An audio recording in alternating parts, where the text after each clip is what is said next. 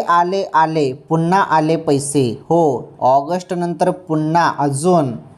पुन्हा 1500 रुपये राज्यातील सर्व माझ्या माता बहिणींच्या खात्यात पुन्हा पैसे. तुम्ही ज्या हप्त्याची वाट बघत होते तो ऑगस्ट हप्ता होता, तो हप्ता तर तुमच्या खात्यामध्ये जमा झालाच, परंतु माझ्या माता बहिणींनो, लाडक्या बहिणींनो, पुन्हा तुमच्या खात्यामध्ये सप्टेंबरचा हप्ता येणे सुरू. हो, हे बघा, तुम्हाला आता ऑगस्ट महिन्याचा हप्ता मिळाला, बरोबर.